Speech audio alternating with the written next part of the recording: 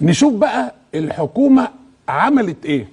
تفتكر حضرتك ثوره 25 يناير يوم الثلاث 25 يناير لحد يوم الجمعه 11 فبراير 2011 كويس. بعد دوت كان احتياطي النقد المصري 36 ونص. مظبوط. ليه طق قام نزل 17 و16؟ ليه؟ ال 20 مليار دولار راحوا فين؟ قالوا ايه؟ والله ده احنا رميناهم في السوق علشان خاطر نحافظ على العمله. كلام تسمعه تعيط، كلام زي الالماس. السؤال بقى، القائم على الكلام ده راجل عاقل راشد بالغ ولا راجل مش واخد باله من الدنيا؟ عاقل وراشد وبالغ وراجل مصرفي نمره واحد.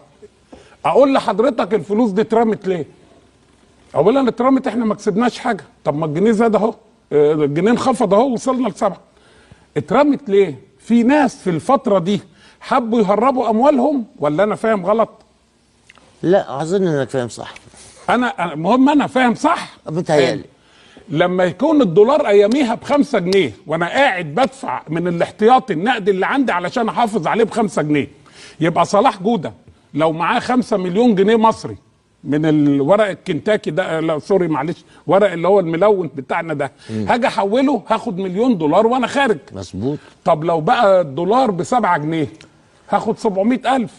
مش كده؟ طب لو انا رميت الفلوس عشان احافظ على اموال الاستاذ محمود وصلاح وعلي ومحمد وهم بيخرجوا، يبقى انا رميت عمدا علشان احافظ على ده. طب بعد ما الناس دي خرجت سبت الدولار يطيح في البلد والجنيه انخفض اكتر. حصل؟ مهمة إنسانية جميلة، يعني الناس هتطلع فلوسها. يبقى نسأل بالظبط، نساعدهم برضو. نسأل بالظبط، يبقى نسأل نسأل ونتساءل ونحاسب ونتحاسب على الكلام اللي فات ده. طيب